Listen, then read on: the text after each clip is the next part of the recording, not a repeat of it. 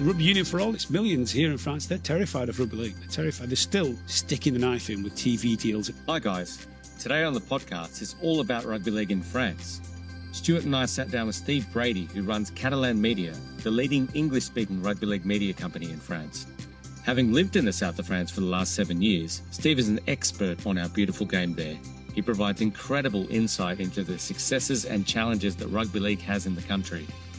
We hope you enjoy this interview, which we personally found captivating. A reminder to follow and share the podcast so we can continue to bring international rugby league episodes just like this one.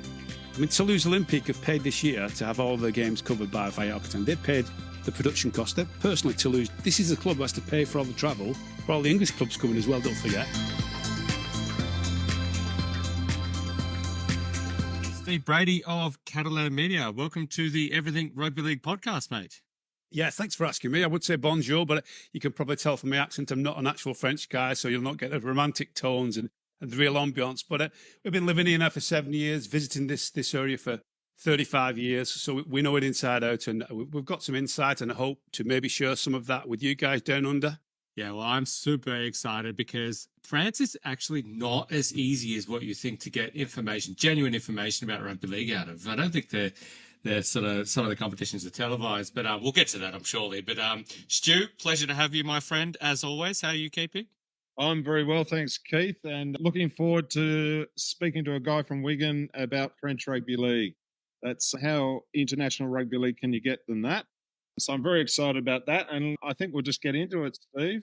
First of all, can you tell us a little bit about yourself and how you became a rugby league journalist? Yeah, well, from school, of course. I'm from Wigan originally, as we've just mentioned, and always fascinated by rugby league. That was my life, and lucky enough to get a job as a junior sports reporter on the Wigan Observer. So just worked my way up through the ranks, became an editor, and ended up being the editor of the Rugby League magazine, the very first Rugby League weekly magazine. Did that. That eventually ended up with League Express. You're probably aware of Martin Sadler's publication, League Express. So been a journalist all my life. Had a bit of a hiatus kind of like 15, 20 years ago to run the family business for 10 years. But then after that, it was always the plan to come and live in France and enjoy rugby league in the sunshine instead of in the freezing cold of Central Park or the JJB Stadium or the Boulevard, or in those days, I suppose. So yeah, rugby league in the sunshine was always my and my wife Denise's plan. And thankfully, we were lucky enough to be able to do that 7 years ago. Yeah, I love that. I did have a question sort of written out, which is what prompted you to move from Wigan to the south of France. But you've somewhat answered it. But if you can elaborate on what is so attractive, or what has been the dream about moving to the south of France, and second part of the question, also setting up Catalan Media when you moved there. Yeah. Really never any great ideas of making anything. You know, we're getting on a little bit. We were trying to slow down with our lives. My wife was a commercial manager of Wigan Rugby League Club. She's been a very busy commercial all her life. Myself as a journalist, we wanted to just basically come and slow down. The catalyst for Catalans was the very first game between Wigan. We travelled over to Perpignan to watch the very first game in 2006 against Catalan Dragons. Full house at Stade Aimé Giral, which is the rugby union ground there then. And something just clicked. I thought, this is the game that we love, the team that we love against this brand new team we knew nothing about, really. We'll be honest. And that's part of what I hope to say today. We knew very little about French Rugby League. And I'm sure a lot of people down under and the rest of the world don't know until you come here. So hopefully I'll be able to elucidate on that. So when we watched the game, we lost against Catalan Dragons. And afterwards, there was a barbecue where the local fans went behind the stand and had this fraternity and this passion that we'd never seen before. Well, Wigan Rugby League fans, we've seen them win all the Wembleys. We've been to Brisbane and beat the bloody Broncos in '94. We've done them all. We've been everywhere with them. And we thought we were the most passionate fans. No, these guys in Perpignan, they're exactly like us, working class. It's not a rich area. This is a really working class, tough area to live in. And they were just like us, spoke a little different, but just this fire in their eyes for rugby league. And I thought, Christ, Denise, what are we going to do about this? And almost instantly, we'd stayed for a week, I think. We came regularly over 35 years. My dad had a place in Argelès many years ago, first introduced us. We brought the kids, and we knew all about the beaches and the beauty and the skiing. This rugby league lit a fire. And after that game, we shared a hot dog and the usual gouache sausages and lots and lots of red wine. And we're looking at each other, me and Denise, after trying to speak our O-level school English, French, and communicating with these people. We were speaking the same language. It's rugby league, this passion for rugby league. And it was Denise first who said, I want to live here. I want to live here when the kids grow up and when our families are all settled. We want to go and live here. We laughed it off at first, but once it got into us, there's no turning back. And it's the best thing we've ever done, because since then, obviously we didn't know much about French rugby league. Since then, we've kind of been enveloped into this Trésiste culture, which we just love. I mean, it's beautiful here. It's the sunniest part of France. There's castles, there's beaches, there's every bit of beauty you want, culture, wine growing, fantastic food. But it's the rugby league, genuinely, and it's the people, I think, of this area that remind us so much of the working class roots of the north, but just in a beautiful place with rugby league. It's as simple as that. Well, I think we need to end this podcast here. I just got to make plans to move to the south of France. Stu, you with me? That was fine. Yeah, exactly. Yeah. Straight away. You're making it sound terrible, Steve. I'm not jealous at all. Tough life, mate. Yeah. Tell me about your company, Catalan Media, what it does and what the aims are there. Well, obviously, we're not old enough to retire as such, and we don't want to, really. We need something to be occupied with. And having been a journalist and Denise having done commercial work with sports clubs, rugby league clubs, we thought we'd do something when we get over here. I got in touch with Martin Sadler at League Express, asked him, does he want match reports from Catalan Dragons? Basically, more as a hobby, because as we all know, there's no money in rugby league journalism. there's no money in it. I do know so that. Basically, it's a hobby. But funny enough, once we started doing that, and I got my name back in the newspapers, because, as I say, I went in the construction industry for kind of 10, 15 years with the family business first, and then went back to journalism when I came to France. And then my name got back in the newspapers, and I enjoyed doing it. And then I got this feeling that this Catalan project and the rugby league project as a whole in France needs support. They're really under pressure here. We'll go on to that later on. And I thought, well, let's do a bit more. So I started writing for the national newspapers, Press Association, which does them all anyway, the Sun, the Mirror, the Star, all of those. And then Sky TV came on. Do you want to do pitch side reporting? So we do live interviewing the players. We do all the TV, all the press, everything that comes out of Stade Brutus, barring one or two journalists who come over every now and then. But everything normally that comes out of the press-wise in the UK, it comes from us, Catalan Media. So yeah, it's grown and grown. You're never going to get rich. As I said, you don't make a lot in journalism, but I think it just more than as a way of raising revenue, it just gives us satisfaction that we now give French Rugby League, Catalan Dragons, Toulouse Olympic as well, a podium, a place for people who speak English, whether you're in the UK or down under, to learn a little more about what goes on here and the real efforts, the striving struggle that they do. The Trésiste community continue to make to push rugby league. They deserve their time in the sun. They deserve a little bit of credit for what they're doing. You do get a little bit of stick from some jealous people, jealous of the sunshine or the success of Catalans. But the people who work here so hard never had that media coverage anywhere. And with the advent of social media, you're not controlled by the red top tabloids anymore or media barons. And I think the French clubs are fantastic at this, the social media. They really push themselves in a colourful, unique and vibrant manner. We're part of that. We're mainstream press. We're TV. We're radio. We're press. The Trésistes, the people who run hundreds of tiny clubs and the top pro clubs in France, really work their arse off to get them in the press. I hope we're helping to do that. So that's how we developed Catalan Media. Thanks for asking, Stu. And it's after 7 years, yeah, we're going good guns, really. And we've got lots of followers on social media. And I think we communicate pretty well, really. That's the thing. We're not in it to make a fortune from advertising or clicks on social media. It's trying to pass on that message and make a wider awareness of the massive efforts that are made here against massive odds. That's basically that's our motto. That's fantastic. As a media person, I just love what you're doing over there. I must say, it's Thanks. It's amazing. Do you know what, Stu? It's a pleasure. You know, if you come here and you discover our local club, Palo Broncos down there, one man and his dog goes to watch them on a Sunday, and we're there watching them, and it's the roughest club with a rough reputation. But you're down there with passionate people, and if you can't help them, they're putting their money in. They're spending money trying to keep this club afloat. They go bust every year and sack the coach and sack the director, and they all fall out in a French, Latin kind of explosive way. But it's joyous beneath it all, and I think if they don't deserve help, who does? We love them with a passion, the same kind of passion that they love rugby league. So we just keep pushing it. I think the only thing that tempted me to veer away from my Super League team being Catalan was the introduction of Toronto Wolfpack. Unfortunately, that didn't work out. I still think more could have been done by the northern clubs, but I'll hold my tongue for that. But I tell you what, if Catalan go one day and it's not to join a professional French competition or something, I'm done. But anyway, we'll keep on Catalan Dragons, actually. They missed the Super League playoffs for the first time in many years. Have you got any theories why that was? What happened there? You ask the coach, and the coach says he doesn't know why. Every week they have an inquest. 2/3 of the way into the season, a third of the way in the season, they were top of the league. And then since then, they've just had some second half collapses home and away. They've just plummeted in form massively. They've had injuries, they've had suspensions, but nowhere near as much as St Helens. There's been something within that club, within the playing group, that's disconnected the players. And I go watching the training twice a week, and I see every home game, occasional away games. So I see them more than most people.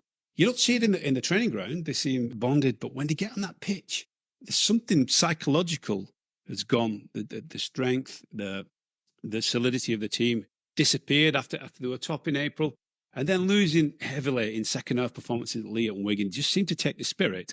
And since then, it's been one bad result after another, and all this, no disrespect meant to London. And I'm sure the chairman of the club didn't mean the disrespect that it tended to come across. When they lost at London on the 4th of August, and Bernard, the president of Catalan Dragons, immediately took to the L'Independent, which is a local newspaper here, and said he's the most ashamed he's ever been in 20 years of running the club. Which is, Bernard is I talk about the passion of Trezise. There's just nobody more passionate than Bernard. He's very explosive, very volatile, but deep down, top end, good guy. And he's played the game. He's invested 20 million of his own money. He's ploughed in. He's entitled to say what he has to say. I think Steve Mack arrived here when we arrived 7 years ago, and when he arrived, the coach, Steve McNamara, he lost 9 from 12 in that first year. And I remember the press conferences after the game, and Steve was visibly upset. He's a tough guy, Steve, and a real professional and dedicated coach, administrator. And he was upset, and he was confused as to what was going wrong. And then something clicked this year. Something clicked right then in 2018. And he went on to win the Challenge Cup at Wembley, which has never been done before by a French team. And it just went into orbit. The following year, they went to Barcelona, Camp Nou, and did the biggest ever crowd against Wigan, 36,000 at Camp Nou, for a regular Super League ground. So everything was buoyant. And then since then, they've had 2 grand finals. They've lost them, controversially, I will say, against St Helens. And then Wigan last year, which Wigan did deserve to win. But since that, I think they lost a bit of spark. After that Wigan win, we fizzled out. We played Siwa Takiaho, played in that game with a sore foot, and probably the wrong thing to do, because I think that drained the energy of the team. He was visibly in pain, and we didn't have any ideas from the halfbacks. We faded in that game. And I think that legacy has hung over since that last game of last season. And it was always in the back of your mind. We a good run in the early weeks of the season, and then all of a sudden reality bit, which this team this year isn't good enough as a playing group, as it has been over the last 6 or 7 years. And it's the plain facts of life. It doesn't mean Steve Mack's any worse of a coach. He's had 6.5 fantastic years of building this club, and we've just had 3 months of injuries, suspensions, and bad games. So for me, maybe he ran out of ideas a little bit. He's admitted it after the end of every game. He doesn't know why. It's been bad performances. But I think he's going to have to make it. Funny, ironically, the coaching review of the season takes place today, Wednesday. I don't know when this goes out. So yesterday they released all the players to go, the ones who were leaving, and everybody's going on holiday, etc. Today is the coaching review of the year. So it'll be interesting to see what comes of it. We need a new assistant coach because Andy Last is leaving halfway through his contract. We've got the South Sydney fitness conditioners joining us next year. So we've got some fantastic signings, excuse me, for next year. So there's positivity there. It's just at this moment in time, there's a real feeling of gloom in Perpignan. The fans haven't had anything to shout about this year, even in victory. They've not been playing well. There's not been a run of tries. We've scored less points than we have done in the last 10 years. We're just not scoring. With great wingers like Tom Johnston and Tom Davies, we can't seem to get over the line. It's just a bit of a malaise about the club, which will be addressed, is being addressed, I know for a fact. I don't think there'll be any major chops and changes, although you never know. We've got players lined up. We've got to rub it out this season. It's painful watching the playoffs the next couple of weeks because we're normally involved with them. So we're going to watch the playoffs and enjoy them for other teams. But there's a real doom and gloom about the club, which is unusual for Catalans. It's quite a positive, perky, passionate place. It's just a bit down in the dumps at the moment. So we'll see what will happen from today's coaching review. And in the next couple of weeks, we may learn some more. So when Wigan play Catalan, who do you go for? My friends say, have you got a half and half scarf, Steve? You know, Wigan on one side, which really winds me up.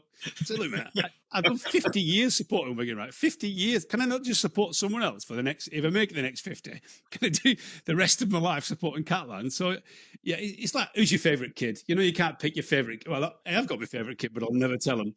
I think, and they probably won't see this, thank God. So Catalans deserve all of our attention, all of our devotion, all of our passion. I'm 100% Catalan. When Wigan play Catalan, I want Catalan to win. I'm a Wigan-born lad, and I've no shame in saying that. I just think Catalan deserve our support and deserve our patronage more than Wigan did. Wigan have got a billionaire owner now. They've gone into orbit. I don't think they'll ever get caught again for another 10 years. We were there for that 10 years where they ran the 90s and late 80s. Do we need it again? It's good for Wigan. It was good for the game at the time. But, I mean, if anybody's going to break that top four, there's only 4 clubs won Super League. I always thought Catalans was going to be the one. I think Wigan might be doing it for the next 10 years now. Who knows? So it's Catalans number 1 for us now with a close eye. Obviously, in the playoffs, we want Wigan to win now. But Catalans when they play each other. I can empathise big time because don't anyone listening out there don't think I'm less Australian for saying this, but I actually go for New Zealand or England or whoever's playing Australia in rugby league. It's just for the good of the game. We need some other winners. Yeah, I totally agree, mate. The game is a fantastic game, as we know, and we're all in awe of what's happening down under now, looking at the Melbourne sellout this weekend, and the way the NRL have gone about the business is incredible with the Vegas initiative, and everybody's looking there like thinking, why can't we do something like that? And I know Wigan and Warrington have arranged to jump on the bandwagon in Vegas, etc. Good luck to them because it's good publicity. But I saw that Vegas documentary from last year, and it just goosebumps and tears in my eyes, thinking, this is what we should be doing. This game can be global with this approach, this professional approach. So, chapeau to Vandis and the guys down under there. They're doing an incredible job. And sincerely, the guys in France, I'm speaking for them, and I'm sure a lot of people in England are looking down under with massive respect because you're carrying the game. It ain't doing so good in England at the moment. Speaking of Super League in England, I want to get your opinion. I've got an opinion, strong opinion on this, and I'm sure Keith has as well. Should the makeup of Super League include 2 French teams and a London side, no matter what? In my opinion, yes. Whether that happened, I don't know. It's the problem with London is they've been going for 40 years and they still can't crack it. You know, and if wishes were horses, we'd all ride. We all want London to be strong. It's such a saturated, massive city. The sports market is just completely saturated, difficult market. I was there when Richard Branson, you know, the famous Virgin guy, took over them in the 90s, and we all went to a press conference at his house in Holland Park, and we're all sat there sipping champagne in his garden around the pool. That's thinking, Jesus Christ, this is rugby league. This Richard Branson's got the Broncos. We're going to go into orbit, and we're going to be the greatest game ever. And they'll link up with Australia. Just didn't happen. Even Richard Branson couldn't provide the magic dust for London, and it's disappointing. It's frustrating. David Hughes has walked away now, understandably, because you can't keep pouring the family funds into things that it's just a bottomless pit, unfortunately. We need someone else to come running in for London, step into his shoes. I'm sure someone will. Whether there'll be Super League or not, I don't know. I wish, like yourself, Stu, that they would. 2 French teams have been maximised by IMG, the guys who are advising Rugby League at the moment, the Rugby Football League. They've said that 2 French teams max in Super League. That's the limit, provisionally, because everything changes. Yes. I'm cool with that. I think there's probably enough at Super League level. But there's been developments this week, lower level, Stu. I don't know if you saw that the French Federation have announced plans for closer links with the Championship and League One sections of Rugby Football League, the section beneath Super League. And that sounds very exciting too. But in answer to your question, yeah, 2 French teams in London would make me very happy. I have a funny feeling for the foreseeable future, it's going to be 1 French team. We'll know in a couple of weeks' time when they decide the makeup of next year's Super League. I'm praying that Toulouse are going to be in there. Yeah, but no one knows. No one knows yet. Yeah, they were in there provisionally on the mock sort of markings for last year. But you just touched on something that was purely coincidentally my next question. You broke news of a proposal to have a championship competition that includes 4 French sides as well as UK teams. Can you tell us what's behind this? Yeah, well, the French Championship started last weekend, and in the launch to the championship, the president, Dominique Baloup, came up with a statement that the idea of changing the name from Elite One to Super 13, the new name for the French Championship, was to encourage closer links with the Super League and with the English teams, and encourage more professionalism from the championship, the French Championship sides, who are mainly semi-professional, and a lot of them are really amateur. So that's the idea of the new brand. And this, on the launch night of the new brand, he announced very candidly, that's what I love about Dominique, he just comes out with this information that they've had discussions with the Rugby Football League about closer ties and a kind of 3 to 4 year plan to possibly come up with a joint second tier and third tier to the English competitions that will contain 4 French teams or maybe more. They're going to switch to summer season because traditionally French Rugby League since 1934 when it was born has always been a winter season. So in 2026, they're going to switch to a summer season to align themselves and make it more easy to get together with the English clubs. And then over a period of 2 to 3 seasons, do end of season championship playoffs between men's, women's, wheelchair champions from each levels of the semi-professional game in England, not including Super League, Championship and League One. And that will kind of set the tone or set the pattern for that future league. I think a lot of it is hoping for the best as well. We'll not know until those 3 years of championship playoffs. It's some kind of European Cup, he's going to describe it as, end of season playoffs. Once that takes place, the logistics, the finances, etc., will be better known. And I think, yeah, it sounds great. You get 4 teams together. Already there's been lots of moans and groans from Yorkshire. How can we afford it? We can't afford to pay our own players at the moment. But what I think that was going to be one of the big things we're going to mention on this podcast, if you will allow me, is the commercial side. The commercial opportunities here in France have never been explored. Catalans have been here 20 years now, 21 years. And nobody from England has ever gone into the European market. I mean, we get this impression that they're a little bit condescending, a little bit patronising the Poms. I know you Aussies have that feeling sometimes. But they never look at the opportunities here that Catalans have created. Now, every club that plays rugby league in France, Catalan Dragons in Toulouse, Carcassonne, Lézignan, going down to the smallest of the clubs, they're very commercially successful. They've got fantastic support, lots of sponsorship, etc.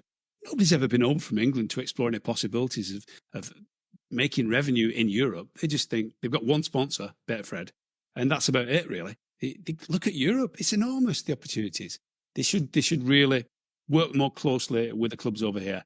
And the good news that came out of that story I brought this week about the proposed new 4 team in the in the English leagues was the Rugby Football League said that the relationships between themselves and Dominique Baloup, the president of the French Federation, and Gilles Demas, his deputy, is the best it's been.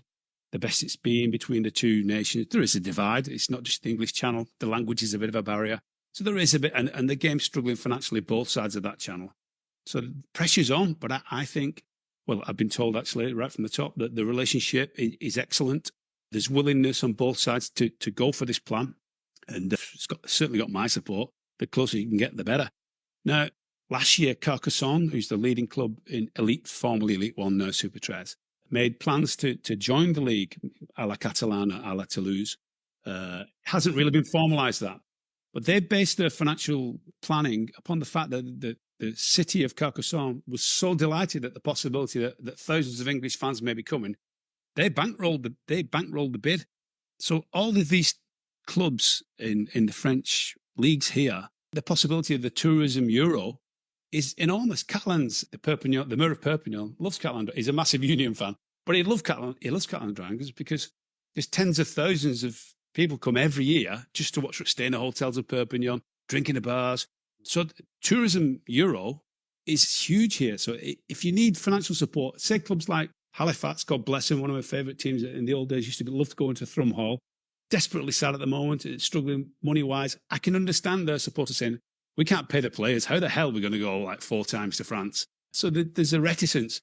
But just take the blinkers off and look at the commercial opportunities. You've got to go forward. You've got to change. If we continue to stay like we are, of course, revenue's shrinking from Sky. Revenue's shrinking everywhere in rugby league. But you're not even looking beyond the boundaries that you've set yourself for 150 years.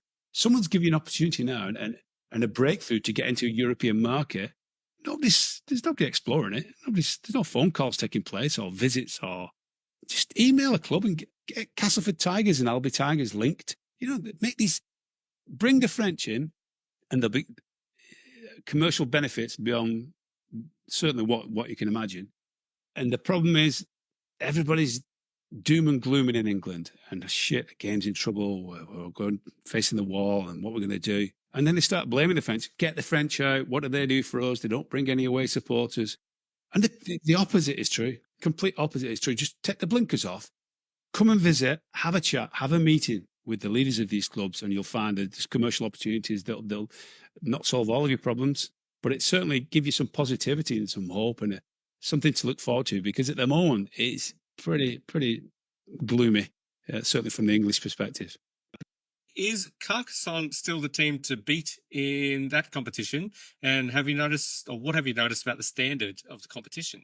I think it's more competitive as a competition because Carcassonne traditionally are the Wigan of the French Championship, and they did the double last year, Coupe de France and the Championship, almost with ease. But traditionally, Lézignan, Limoux have been the real contenders against them. But Albi Tigers, a bit of an outpost. Geographically, rugby league in France is kind of like Avignon is kind of provincial tip. Then you're down the bottom of the south of France, Toulouse in Perpignan, up the A61, which is the M62 of France, to Toulouse. And beyond that, Saint-Gaudens. And then you've got Albi, which is going more inland in the Tarn region.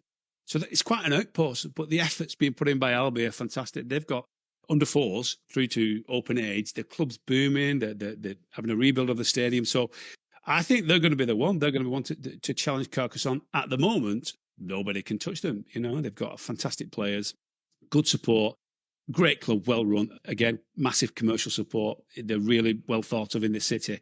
And this idea that they had to join the English League, I think, hasn't been formalised. Maybe they're just waiting to see what this new idea from the French Federation is going to bring up first. And I don't think there's any chance of them getting to Super League. So there's no real chance. If IMG are limiting it to 2 teams in Super League, there's no real ladder for them there.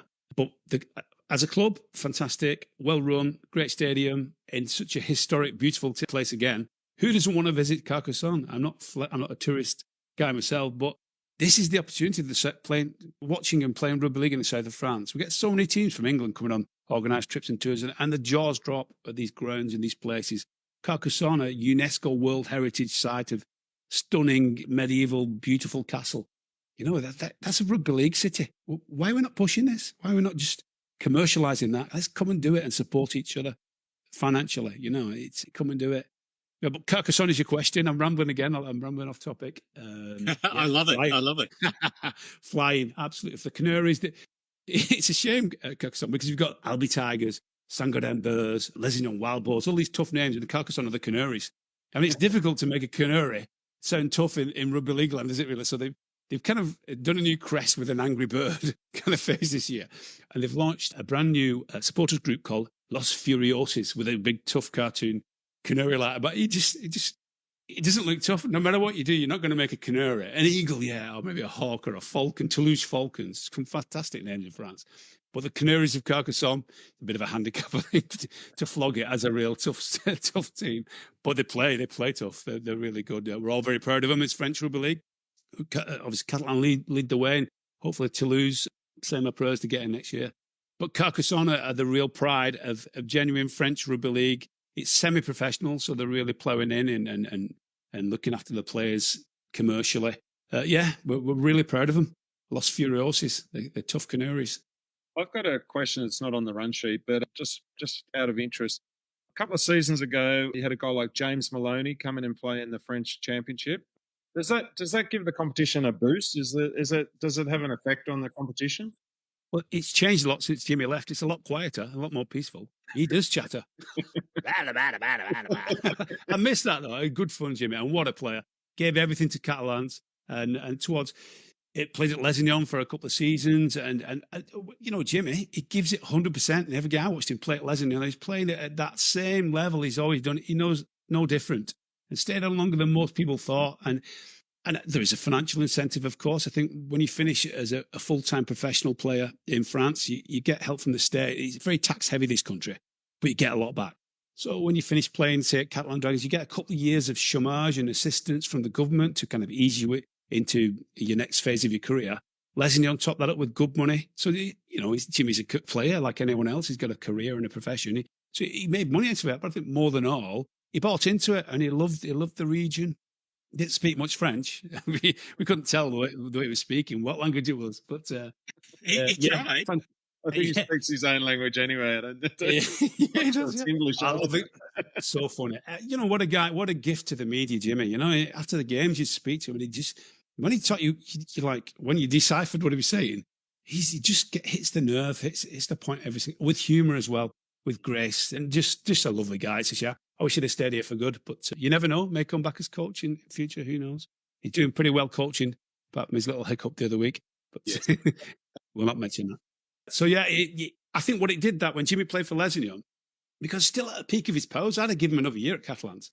When he played for Lézignan, it put a few hundred on the gate, of course, because everything Jimmy Maloney's playing for this fantastic team at the Moulin Ground, and just gave the French Federation, the French Championship, a huge boost. And then we had other Australian players coming out. Dredin Sorensen has just come to play for Villeneuve, who's the nephew of Kurt Sorensen. So just to have the Sorensen name over here, massive hero of mine, Kurt Sorensen in the 80s.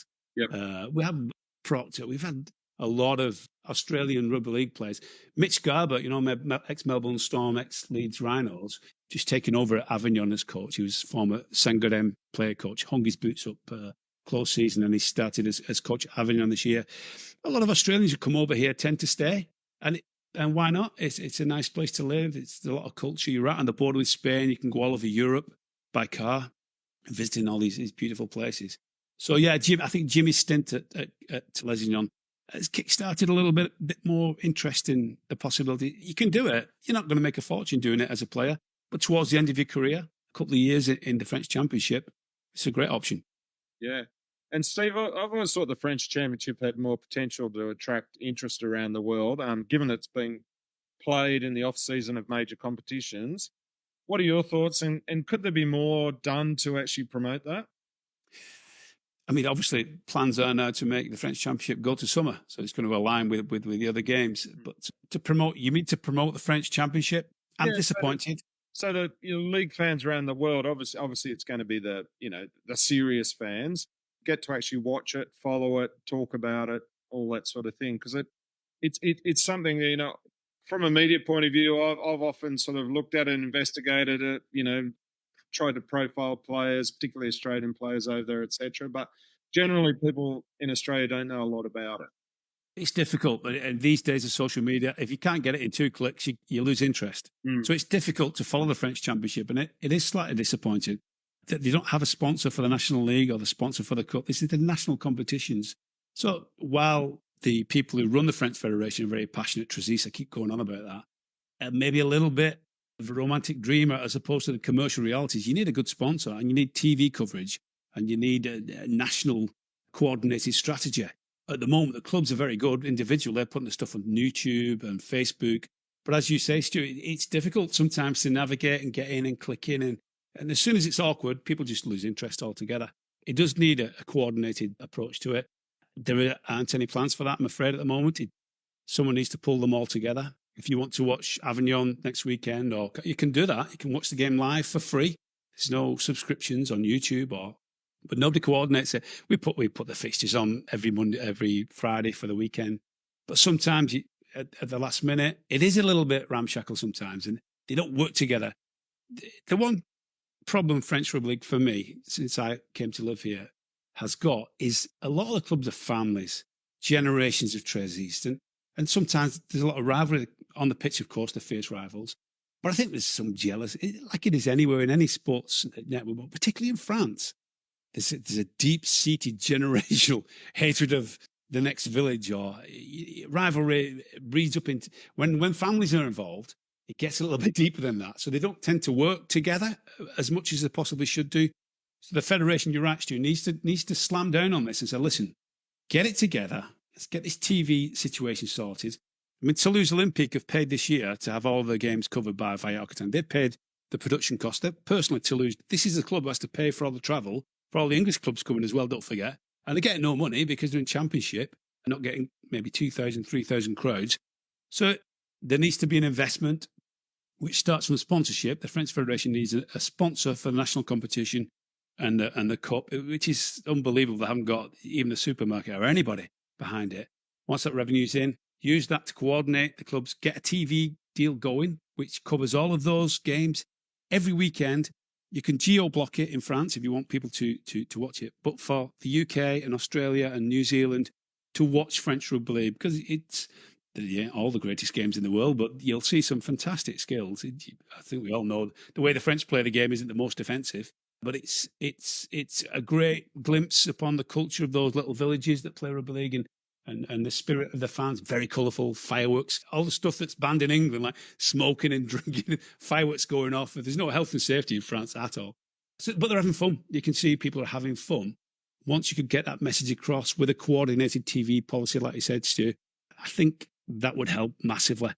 And nobody's putting the begging bowl out to the NRL or to the RFL to help them. They're pretty self-dependent, these clubs. As I keep saying, that they look after themselves, these tribes of families that run clubs, rivals, and we've got a better sponsor than you have. And it works. It's that competitive edge, trying to get to be top dog in France. But from the top, I love the open, candid nature of Monsieur Beloup, Gilles Dumas, but it just needs professionalising. And obviously, chicken and the egg, isn't it? You need a lot of money to come in to make it all professional. But somebody's got to put something in. Somebody's got to put that. Wouldn't take a lot, really. It wouldn't take much just to light that spark. There's a lot of eggs in a row for French Rugby League at the moment, led by Catalans and Toulouse. If we could just bring that French Championship and French Federation up a notch or two, the clubs are climbing, but the federation itself needs to just become a little sharper. The previous administrator, the previous president, Luc Lacoste, was very erudite and he was very active politically in Paris. He was a Parisian. He got the World Cup launched for 2025 alongside Troy Grant and all the guys in Australia who really backed it. But unfortunately, as we all know, tragically, it collapsed through financial difficulties. The French government pulled the plug. And there's a lot, there's some opinions on that, actually. I don't think the Federation deserves the kicking it possibly got for that. But it highlighted the fact that maybe we are a bit romantic and dreamy over here in France. We need to sharpen up an awful lot. Get some investment in. Use that investment wisely. Work with the clubs. The clubs are sharp. You have to be. Necessity is the mother of invention. And I think working class people come up with the most creative art and sport because they've struggled. And that's what they're doing over here. It needs an association, a federation, a governing body that pools that energy, directs it in the right direction, gets investment in and spends it, as you say. TV's king. Get it online first. It's online at the moment, but coordinate it. Make it this week's French Rugby League. Click. You're on. Watch it. It wouldn't take much. Yeah, I see that the Australian government's giving Papua New Guinea $600 million to help with pathways and the NRL team, etc. Just want to convince them to throw $50 million towards propagating the game in France. It would be tempting.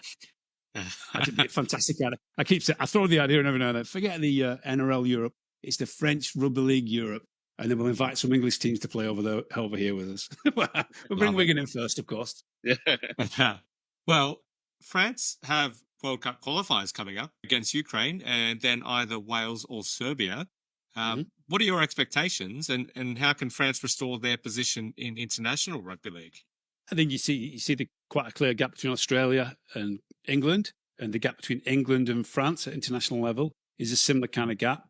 Now, the gap between France and Serbia and Ukraine, and not so much Wales, but Serbia and Ukraine, is a bigger gap. These nations, Serbia and Ukraine, bless them, they're busting their gut to improve standards, etc. But Wales and France quite clearly will end up in the final at Stade Gilbert Brutus on 26th of October, barring some kind of miracle. I think it's great. I think it's great to see this international competition. Again, I think what you said there, Stuart, it deserves promoting and pushing. You can seek it out on YouTube. You'll see these international games if you really graft hard and press the right click and search, and then it might break down. Someone needs to pull that together. If you could put this European competition on, look, there's not going to be many fans there. It's a different level altogether. But the final at Perpignan, which will probably be Wales and France, we'll have a few people on. It just needs showing there. Get some sponsorship, get it on TV, and as this chicken and egg think and grow. The players that will play for France, they won't be your Ben Garcias and Arthur Morgs. It won't be It'll be the kind of reserve grade level of Super Tres now, or Elite One players that we've seen before in these games. There's no point putting a full France out against Serbia and Ukraine. It's already going to be a bit of a one-sided contest. But just, I think, the excitement, just the fact that you can say France is playing Ukraine at Rugby League this weekend. Can you not market that? It's just the statement itself is incredible in Serbia. So I'm looking forward to it. Yeah, it's coming up soon. I've no playoffs to look forward to as a Catalan fan, so we've got to look forward to some international Rugby League, which is, I truly believe that the hub of the international game. It's a massive topic at the moment where Australia just focusing on things down under. Well, I understand why, because globally there's a financial crisis and whatever Australia are doing is fantastic. I just think the home of the very first Rugby League World Cup, France, would be the perfect little nesting ground to put some eggs in and get those chickens to roost and bring the international game together in the centre of France. But that's just a dream. I'm a romantic dreamer. Talking of international rugby league in Australia, I was talking to French women's captain Elisa Akpa the other day. She come to Australia as has other French female players over time, Perrine Montserrat, Lorraine Berville and others. And Elisa said she'd like to stay until the 2026 World Cup. Obviously, visas or, could be a problem there, but, that's where she's going. Do you think French players need to go to Australia and the UK to enhance their development? Love Elisa, what she's trying to do there. She had a good season with York Valkyrie and won the Challenge Cup in England last year. So fantastic. West Tigers, she's down there pushing away, and all power to her. It's difficult. It's difficult for English players to kind of get respect in Australia because you are the gods of rugby league and everything else is frowned upon almost. And I think for French rugby league players to make it down there, this guy called Laurent Garnier, you'll know, who's in the media in France. And I spoke to Laurent over a beer at Palo Broncos last year, and he said, Steve, if you're an English player in Australia, you've got to be 10 times better than the Aussies to just get in the team because they're going to look down on you. They're going to squeeze you out a little bit because you're taking an Aussie's place. If you're a French player, you've got to 20 times or 30 times better because it's cruel, but they don't respect the skills and the standards of rugby league in France. And you understand the pecking order, Australia, England, France. I get that conception, but just numbers, get some more numbers over there. It's difficult financially. I've got the French under-19s are in Australia at the moment. And they're playing at Burleigh Burrs, the Australian schoolboys, and Trent Robinson and Taz Batiuri are hosting them on an evening of culture and exchanges. That's brilliant. So you're going to get like 25, 30 young French male players down there. Cherry pick, take them all for me, because how great would that be to see so many young French players? There's a Pacific Tres, which are pushing in the islands, a kind of French initiative too. Just get, more numbers really, Stu. Get more numbers down there. Obviously, the player pool in France is so tiny because rugby union is king here. It runs everything. So we don't have the numbers of young French players. So to see Elisa over there, fantastic. Ben Garcia tried it. Tony Gigo tried it. And I talked to these players and they said quite clearly, it's difficult. We're not, without speaking ill of anyone really, we're not into the Australian lifestyle, the going out for the beers and stuff like that. It's a different culture whatsoever. We found it really difficult. These are tough guys, tough rugby league players. We found it difficult to socially engage, which is always difficult as a player to get confidence on the pitch. So I can't, it's a shame, but we haven't seen any French successes as players at that level, career-wise. Disappointing. Just get more numbers over. Get these kids over. Some fantastic kids in that under-19s. I really wish some of the coaches, I'm sure they will, take a good look at them. And Elisa doing what she's doing for the women's game, fantastic. She's a great ambassador for the game and a nice girl too to talk to. Yes, she is. Absolutely. There's a lot of renewed hope and interest in French rugby league when Luc Lacoste took over as president. I know I was personally excited. Fortunately, obviously, the World Cup in France was scrapped and Luc had to stand down due to health reasons. What's the feeling now with Dominique Baloup and him at the helm? Yeah, well, it's different. My initial perception is it's a step backwards because you've got a former rugby league player, the Frenchest looking guy in the world, Dominique Baloup, with a big moustache, and half of me saying it's fantastic because he's a genuine trapeze with all, as I said, his family background, his generational thing, which is brilliant, knows the game inside out. And it's difficult to compare two very different personalities. I think I might have mentioned earlier that Luc Lacoste was very easy to talk to, spoke very good English, which, the language barrier is an issue. It shouldn't be really these days, but it is. So Luke was great with the press. He very flamboyant and always well dressed, and the epitome of a very charismatic Parisian. And he did have connections because with his rugby union background with the government, and that was part of the plan for the World Cup. We don't have that anymore. I don't think there's any connection with government from the current regime, because for me personally, it's retrenched a little bit. It's gone back to the old style French Federation, where we had an opportunity with Luc Lacoste to break a barrier, this glass ceiling with the establishment, which the establishment is purely rugby union. We all know the history of rugby union v rugby league here with what happened during the Second World War. And there's still that feeling. The rugby union, for all its millions here in France, they're terrified of rugby league. They're terrified. They're still sticking the knife in with TV deals, etc. They are so defensive against rugby league because they know they watch NRL, they watch Super League, they see that game there, which is 1,000,000% better than anything they can put on the pitch, and they're terrified that Catalans are, particularly Toulouse, with the Toulouse name and the Frenchness of it. It's not Perpignan and Catalan. Toulouse will resonate if they get successful in rugby league with Stade Toulousain, the best rugby union team, sharing the same ground. That'll be the catalyst if and when that happens. But back to your point, which was, well, I've rambled off again. What are you saying, Keith? So we were saying there's this huge era of optimism that we were genuinely moving forward as a game in France under Luc Lacoste. I don't think anyone's got a bad word to say about it. It was a bit, in my mind, he's the Peter V'landys. He was the Peter V'landys of France. The original question is, what's the feeling under Dominique Baloup? But you've sort of given a very candid answer with it sort of, not what it was under Luc Lacoste. Is there anything else you want to add to it before we move on to the next question, though? I think obviously in Dominic's defence, as we've talked earlier, he's got some good ideas of linking up with the English, and he seems to have. I think there was a bit of a hiccup between the Luc Lacoste and the RFL previously. Even though Luc spoke very good English, I don't think the communication was there. I think there were cross purposes a little bit. As I say, the Rugby Football League say that their relationship now with Dominique and his deputy Gilles Demas is excellent, that's great news because he can work together. And then Dominique's announcement on the Super 13 launch about the proposals to play European Cup games, end of season games at all three levels, women's, disabled, wheelchair and men's is fantastic. So, I'm not saying that we're going back to the old days of the Federation because the guys that died in the Ultras East, former player, that may be just a perception. He needs more time a little bit to get some of his ideas together. And I think that is a pioneering, fantastic initiative to do that. So let's give him some credit, give him some time in the job, and hopefully, fingers crossed, things will come. Just disappointed, again, with this launch of Super 13. Like, nobody knows about it. It hasn't been sung from the rooftops.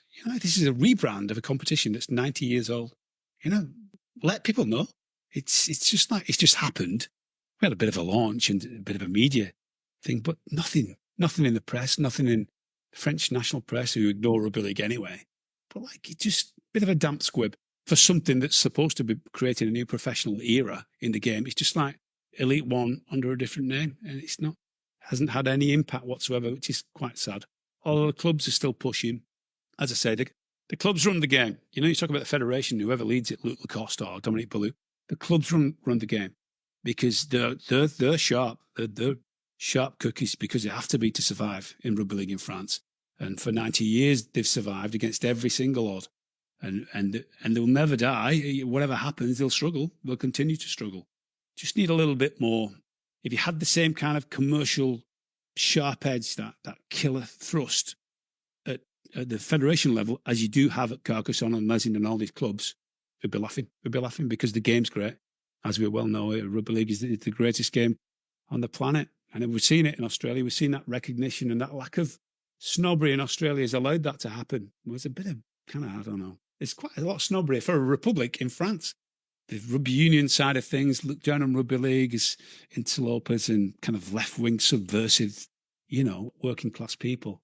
And it's prevalent. It's prevalent, and even in this modern era, it's really annoying. You gotta go to the local pub here now; it's full of rugby union fans.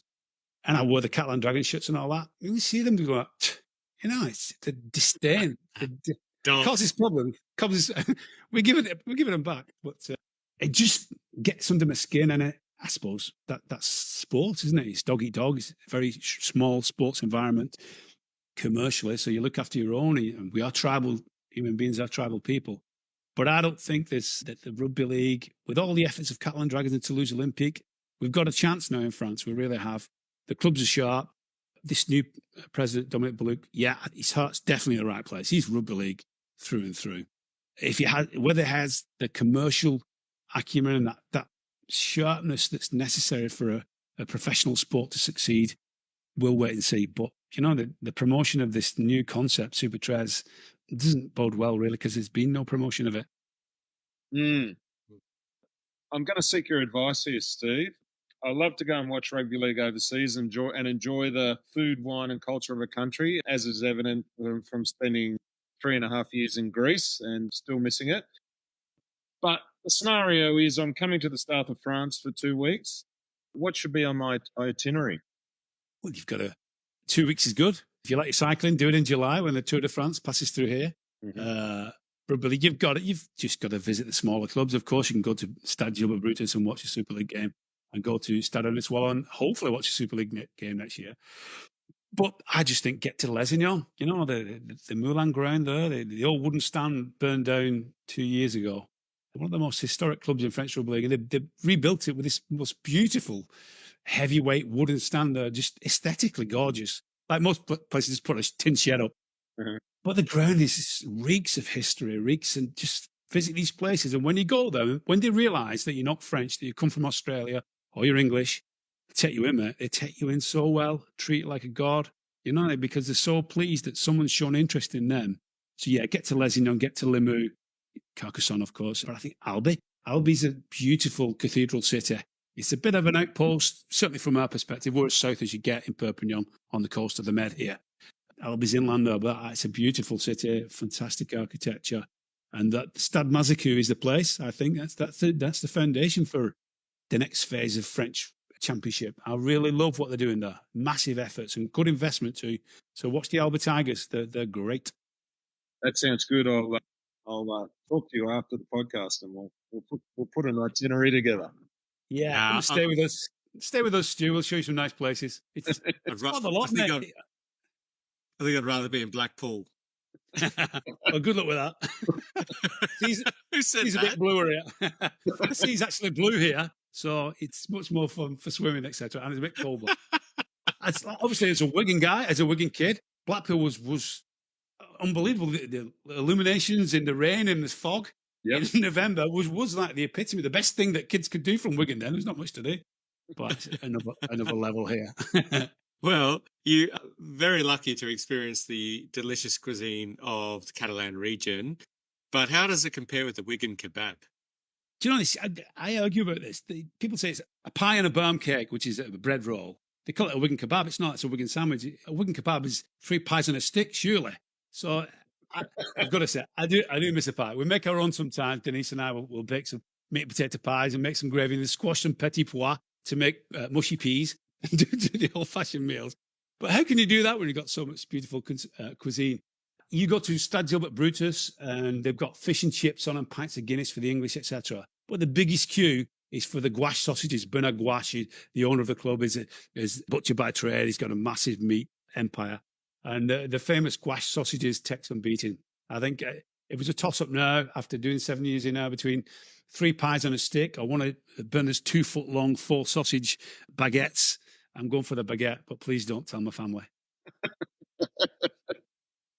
We'll move away from food, Steve, because it's making me hungry. It's dinner time here. Do you think we'll ever see a Paris team in the French Rugby League ever again? Would be nice. And there are amateur teams in Paris, the lower levels, who just play among themselves, really. Do you know the PSG experiment? And everybody got excited for that first game for Sheffield.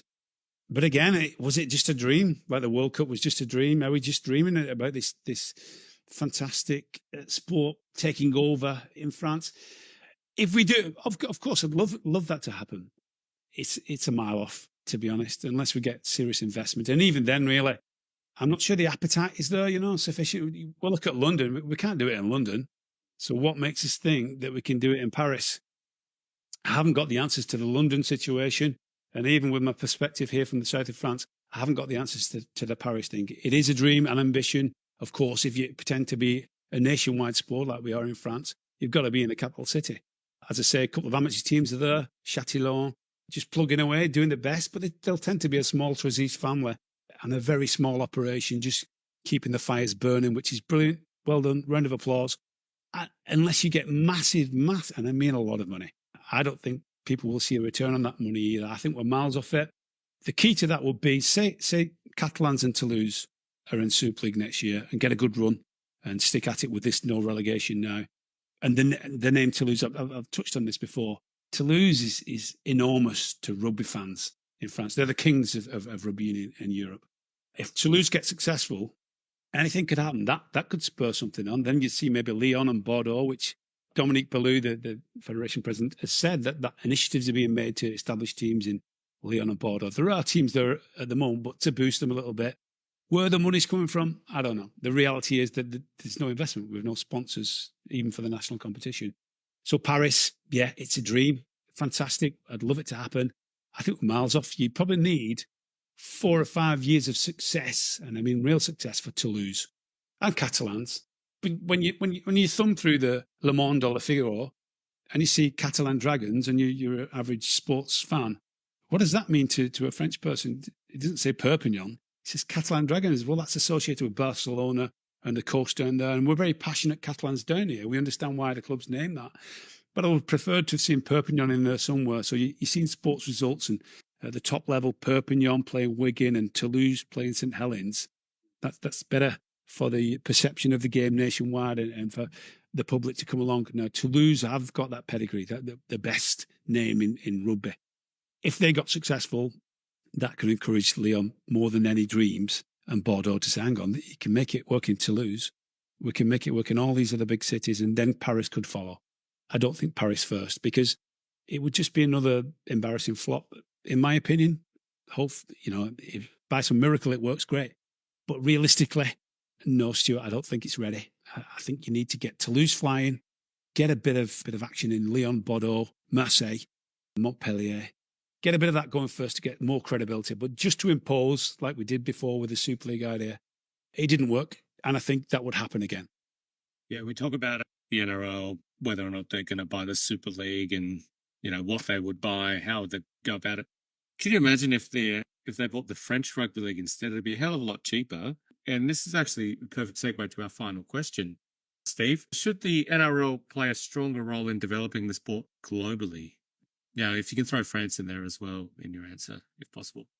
I think what we've seen, though, mentioned earlier, the Las Vegas initiative by the NRL, you couldn't get more global than that, could you, really, to play games in Sin City in America. So they get some stick, NRL, particularly from England and France, because there's a little bit of jealousy, a rivalry in the success that's happened in Australia. But we should be applauding that and saying, look, all power to you. This is the kind of thing we should be doing. And obviously, we'd love to see the old kangaroo tours playing Great Britain and the club games. I used to love at Central Park when the Kangaroos used to come around. We used to beat them up before they play the internationals. You can't go backwards. You'll never get that back. Those 3-match test series, I don't think anymore, because commercially it doesn't work. And travelling these days, the expense, etc.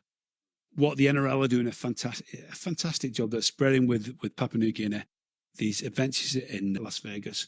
Yes, of course, I'd love them to step in and invest 50 million into a European rugby league. That would be the dream. But realistically, are they going to do that? Because what return would you get? This is just media talk at the moment. We're all talking about it. We're all hoping for the best, as the media does and the spectators. I don't think it's going to happen. I don't think it's commercially viable. But yeah, with the right kind of investment and the right kind of promotion, which you guys can do, working with the RFL and the federations, I think France would be the bedrock for it. For me, that's a perfect position to be able to do it. As you said, it wouldn't cost many euros to buy in. He'd probably give it you for free. With the investment that would come with and the promotion that it would offer. I'm a journalist and not so much a businessman. Commercially, I don't know. It's all about TV, as we talked about before. If you got some kind of TV contract and the contacts you've got with the Fox guys and the major TV corporations, if they could promote a European league based in Paris, who knows, Stu? Based in France. It's a great dream. We do dream a lot over here in France. It's the long lunches. We have 2-hour lunches every day. We just dream the afternoon away. Yeah, it would be fantastic. And that could be the best thing that's ever happened to the game. I think, again, a bit like Dreams of a Paris team, we're a little bit away from that yet. I think what the NRL are doing, continue to do what they're doing, because it's great, and it gives us confidence as struggling French rugby league people and the guys in England. Yeah, the revenue's diminishing, etc. But look what the Aussies are doing. So the game is great. We all know the game's great, but they're proving to a wider audience and a worldwide audience the game is great. Yeah, strategically, it might a little bit of an investment in Europe by the NRL might make sense. Whether you get a commercial comeback on it, I'm not sure, but we can dream. Fantastic, Steve. Is there anything else you'd like to add? Well, I made some notes. I think I've covered most of them, really. I wanted to praise the efforts of the families that run these clubs, and I think I've done that.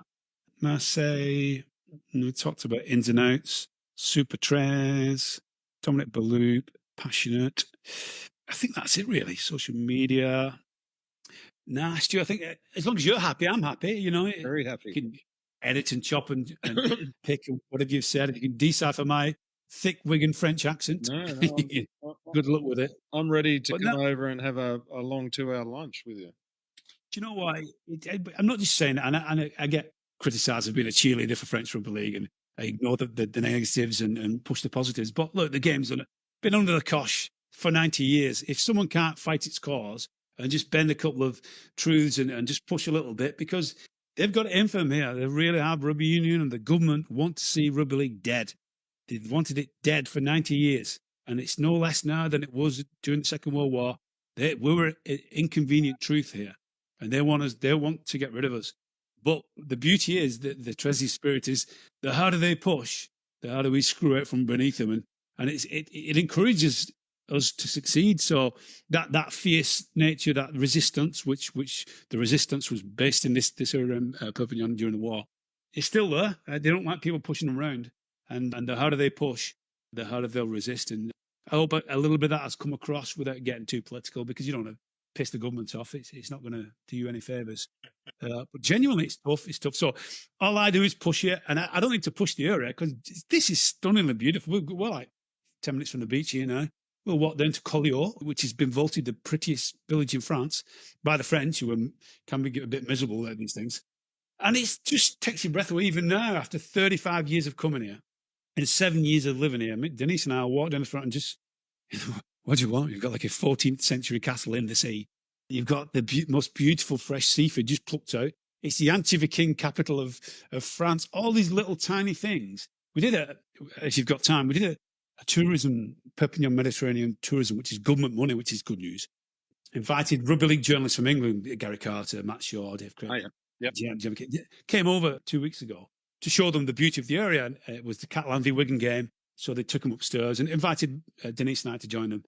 We knew the area, but the idea was to get these journalists to push Super League supporters who just come for a game to spend a bit more time in the region and the area and spend money in villages and hotels and restaurants and stuff, because a lot of them just go over the border in Spain for £1 a pint, cheapo deals on the Costa Brava. So what they're trying to encourage them to stay in France. So they took us everywhere, and little villages that are only like 20 miles from where we live.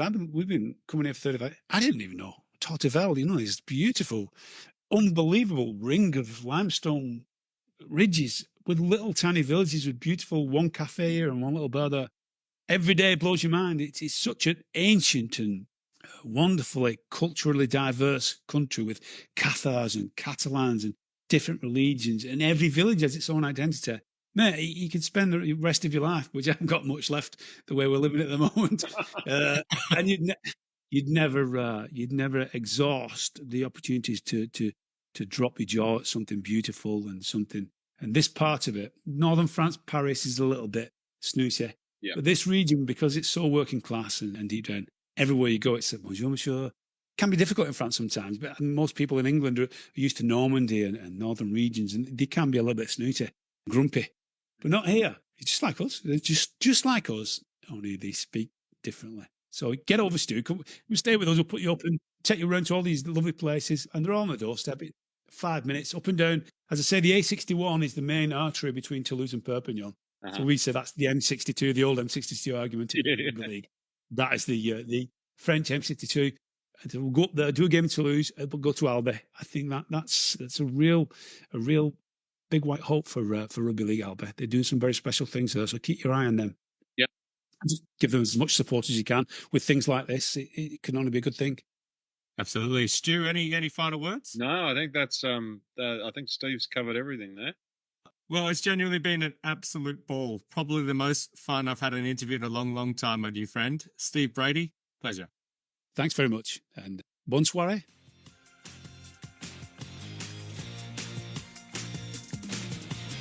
Thanks for listening to Everything Rugby League.